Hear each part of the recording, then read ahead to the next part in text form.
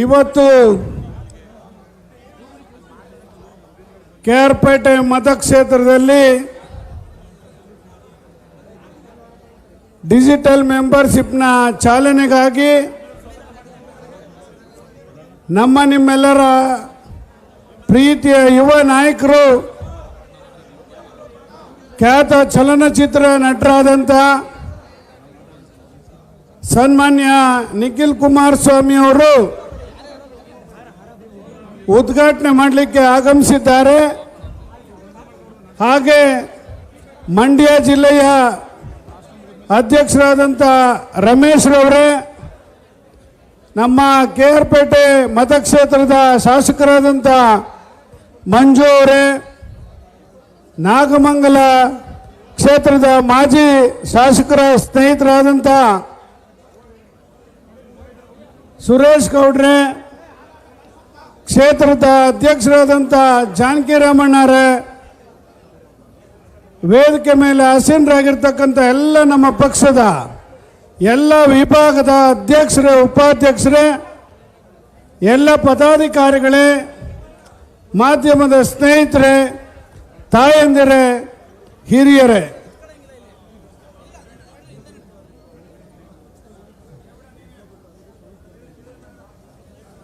ಏನು ಮಾತಾಡಿದ್ರೆ ಹಾಕ್ಲಿ ಎಲ್ಲ ಮಧ್ಯದಲ್ಲಿ ಬಂದರೆ ಏನು ಮಾತಾಡೋದು. ಇವತ್ತೇನು ಸದಸ್ಯತ್ವ ನೋಂದಣಿಯನ್ನು ಮಾಡಲಿಕ್ಕೆ ಚಾಲನೆಯನ್ನು ಕೊಡಲಿಕ್ಕೆ ಬಂದಿದ್ದಾರೆ. ಈಗಾಗಲೇ ಕಾರ್ಯಕ್ರಮವನ್ನು ನಮ್ಮ ನಿಖಿಲ್ ಕುಮಾರಸ್ವಾಮಿ ಅವರು ಉದ್ಘಾಟನೆ ಮಾಡಿದ್ದಾರೆ. ಇದಕ್ಕೂ ಮೊದಲೇ ನಮ್ಮ ಶಾಸಕರಾದಂಥ ಮಂಜು ಅವರು ಪ್ರಾಸ್ತಾವಿಕವಾಗಿ ಮಾತನಾಡ್ತಾ,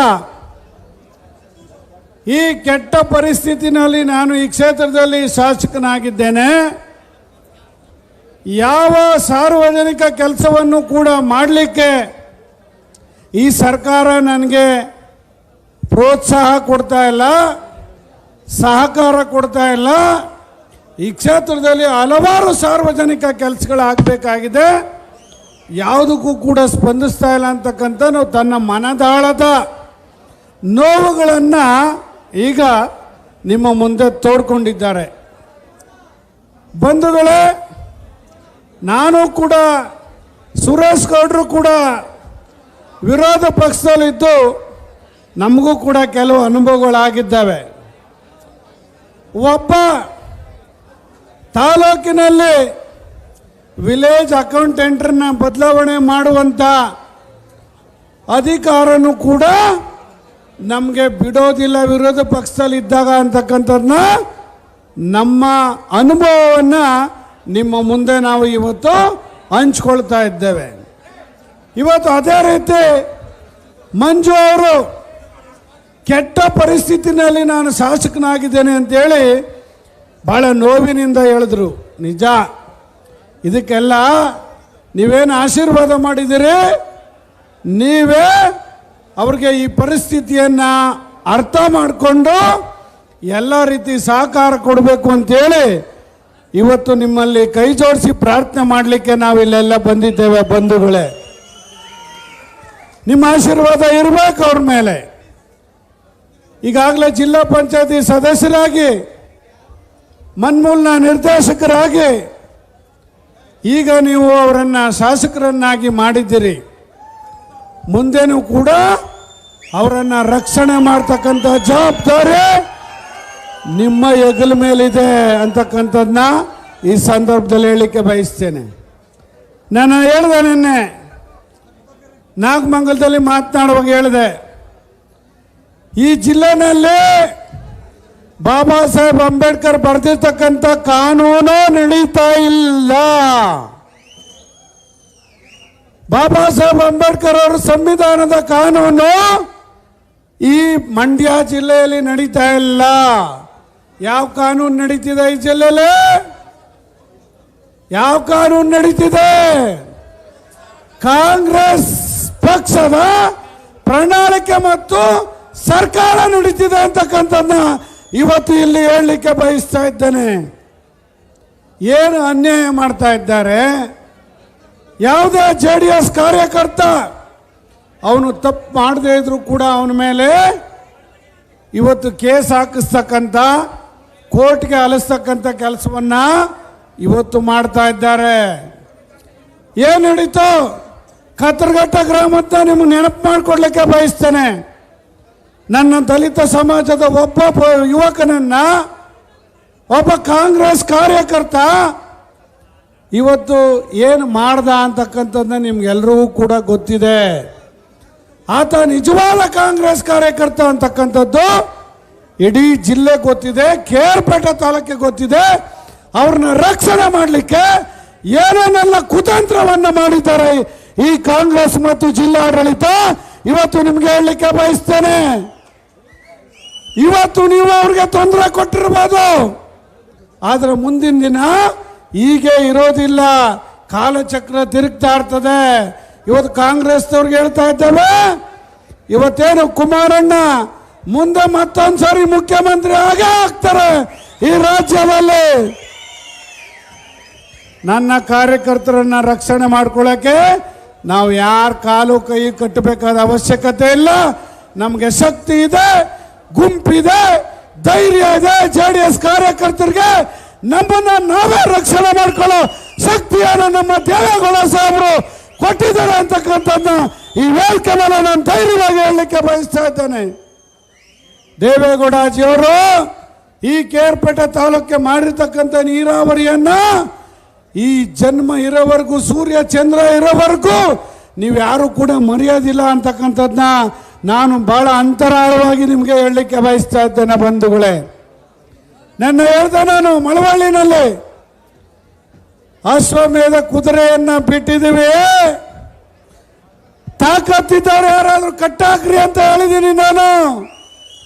ಯಾರು ಅಶ್ವಮೇಧ ಕುದುರೆ? ಯಾರು ಅಶ್ವಮೇಧ ಕುದುರೆ? ನಿಖಿಲ್ ಕುಮಾರಸ್ವಾಮಿ ಅವರ ಅಶ್ವಮೇಧ ಕುದುರೆ. JDS ಇಂದ ಅಶ್ವಮೇಧ ಕುದುರೆಯನ್ನ ಬಿಟ್ಟಿದ್ದೀವಿ. ಕಾಂಗ್ರೆಸ್ನವ್ರಿಗೆ ತಾಕತ್ತಿದ್ರೆ ಈ ರಾಜ್ಯದಲ್ಲಿ ಮುಂದಿನ ದಿನಗಳಲ್ಲಿ ಕಟ್ಟಾಕಿ ನೋಡೋಣ ಅಂತಕ್ಕಂಥ ಮಾತನ್ನ ನಾನು ಇವತ್ತು ಹೇಳಿದ್ದೇನೆ ಬಂಧುಗಳೇ. ನಾನು ಒಂದು ವಿಚಾರ ಹೇಳಲಿಕ್ಕೆ ಬಯಸ್ತೇನೆ. ನಾನು ವಿರೋಧ ಪಕ್ಷದಲ್ಲಿ ಇದ್ರೂ ಕೂಡ ನಾವು ಅನೇಕ ಅಭಿವೃದ್ಧಿ ಕಾರ್ಯಕ್ರಮಗಳನ್ನು ನಮ್ಮ ಕ್ಷೇತ್ರಗಳಲ್ಲಿ ನಾವು ಮಾಡಿದ್ದೇವೆ. ಇವತ್ತು ನಾವು ಕ್ಷೇತ್ರದಲ್ಲಿ ಕೆಲಸ ಮಾಡುವಂಥ ಸಂದರ್ಭದಲ್ಲಿ ಇವತ್ತು ನನ್ನ ಜನ, ಕೇರ್ಪೇಟೆಯ ಜನ, ಮಂಡ್ಯ ಜಿಲ್ಲೆಯ ಜನ ನಿಮ್ಮ ಸಹಕಾರದಿಂದ ನಾವು ರೂಲಿಂಗ್ ಪಾರ್ಟಿಲಿರಲಿ, ವಿರೋಧ ಪಕ್ಷದಲ್ಲಿರಲಿ ನಾವು ಹೋರಾಟ ಮಾಡಿ ಇವತ್ತು ಈ ಜಿಲ್ಲೆಯ ಅಭಿವೃದ್ಧಿಗಾಗಿ ನಾವು ಕೆಲಸ ಮಾಡಿದ್ದೇವೆ. ಮಂಡ್ಯ ಜಿಲ್ಲೆಯ ಮೈಸೂಗರ್ ಫ್ಯಾಕ್ಟರಿ ನಿಲ್ಲಿಸಿದ್ರು, ಹೋರಾಟ ಮಾಡಿದ್ವಿ, ಪ್ರಾರಂಭ ಮಾಡಿಸಿದ್ವಿ. ಮಂಡ್ಯಕ್ಕೆ ಕುಮಾರಣ್ಣ ಮೆಡಿಕಲ್ ಕಾಲೇಜ್ ತಂದುಕೊಟ್ರು. ಇವತ್ತು ನಮ್ಮ ಜಿಲ್ಲೆಗೆ ಕೀರ್ತಿ ತಂದುಕೊಟ್ರು. ಇವತ್ತು ಕುಮಾರಣ್ಣ 2 ಬಾರಿ ಮುಖ್ಯಮಂತ್ರಿ ಆಗಿ ಮೊದಲನೇ ಸಾರಿ 2,500 ಕೋಟಿ, ಎರಡನೇ ಬಾರಿ 25,000 ಕೋಟಿ ರೈತರ ಸಾಲವನ್ನ ಮನ್ನಾ ಮಾಡಿದ್ರು. ಇದರಲ್ಲಿ ಕೇವಲ JDS ಪಕ್ಷದ ಮುಖಂಡರಿಗಲ್ಲ, ರೈತರಿಗಲ್ಲ, ಇವತ್ತು ಮಾಡಿರ್ತಕ್ಕಂಥದ್ದು ಎಲ್ಲ ಪಕ್ಷದಲ್ಲೂ ಇರ್ತಕ್ಕಂಥ ರೈತರಿಗೆ ಸಾಲವನ್ನು ಮಾಡಿದ್ದಾರೆ ಅಂತ, ಮನ್ನಾ ಮಾಡಿದ್ದಾರೆ ಅಂತಕ್ಕಂಥ ಮಾತನ್ನ ಈ ಸಂದರ್ಭದಲ್ಲಿ ನಿಮ್ಗೆ ನೆನಪಿಸ್ಕೊಡ್ಲಿಕ್ಕೆ ಬಯಸ್ತೇನೆ. ಇವತ್ತು ನಮ್ಮ ಯುವ ನಾಯಕ ನಿಖಿಲ್ ಕುಮಾರಸ್ವಾಮಿ ಅವರು 3 ಬಾರಿ ಸೋತಿರ್ಬೋದು, 3 ಬಾರಿ ಸೋತಿರ್ಬೋದು. ಅದೇ ಇಷ್ಟೊಂದು ಜನಸ್ತೋಮ ನಿಖಿಲ್ ಕುಮಾರಸ್ವಾಮಿ ಅವರು ಬರ್ತಾರೆ ಅಂತ ಸೇರಿದಿರಲ್ಲ. ಚುನಾವಣೆ ಸೋತಿರೋದು ಮುಖ್ಯನಾ, ನಿಮ್ಮ ಪ್ರೀತಿ ಮುಖ್ಯನಾ ಅಂತಕ್ಕಂಥದ್ದನ್ನ ಇವತ್ತು ನೀವು ತೋರಿಸ್ಕೊಟ್ಟಿದ್ದೀರಿ. ನಿಖಿಲ್ ಕುಮಾರಸ್ವಾಮಿ ಅವ್ರಿಗೆ ಧೈರ್ಯ ತುಂಬಿದ್ದೀರಿ. ಇವತ್ತು ನೀವೆಲ್ಲರೂ ಕೂಡ ಹೆಚ್ಚಿನ ರೀತಿಯಲ್ಲಿ ಕೇರ್ಪೇಟೆಯಲ್ಲಿ, ಮಂಡ್ಯ ಜಿಲ್ಲೆಯಾದ್ಯಂತ ಎಲ್ಲರೂ ಕೂಡ ಅವರಿಗೆ ಪ್ರೋತ್ಸಾಹವನ್ನು ಕೊಟ್ಟು ಮುಂದಿನ ದಿನಗಳಲ್ಲಿ ಈ JDS ಅನ್ನ ಕಟ್ತಕ್ಕಂಥ ಜವಾಬ್ದಾರಿಯನ್ನ ನಿಖಿಲ್ ಕುಮಾರಸ್ವಾಮಿ ಹೆಗಲಿಗೆ ಈ ರಾಜ್ಯದಲ್ಲಿ ಕೊಡ್ತಾ ಇದ್ದಾರೆ. ಸನ್ಮಾನ್ಯ ದೇವೇಗೌಡಜಿಯವರು ನಾವೆಲ್ಲರೂ ಕೂಡ ಸಂಪೂರ್ಣವಾಗಿ ಅವ್ರ ಜೊತೆ ಇರಬೇಕು ಅಂತಕ್ಕಂಥ ಮಾತನ್ನ ಈ ಸಂದರ್ಭದಲ್ಲಿ ನಾನು ಹೇಳಲಿಕ್ಕೆ ಬಯಸ್ತಾ ಇದ್ದೇನೆ ಬಂಧುಗಳೇ.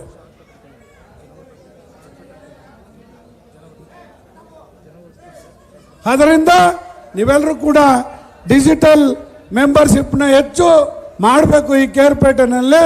ಮುಂದಿನ ದಿನಗಳಲ್ಲೂ ಕೂಡ ಇವತ್ತು ಮಂಜು ಅವರಿಗೆ ಶಕ್ತಿ ತುಂಬಬೇಕು ಅಂತಕ್ಕಂಥ ಮಾತನ್ನು ಹೇಳಲಿಕ್ಕೆ ಬಯಸ್ತಾ, ನಾನು ನನ್ನ ಕಾರ್ಯಕರ್ತರಲ್ಲಿ ಮುಖಂಡರಲ್ಲಿ ನಾನೊಂದು ಕೈ ಮುಗಿ ಜೋಡಿಸಿ ಪ್ರಾರ್ಥನೆ ಮಾಡ್ತೇನೆ.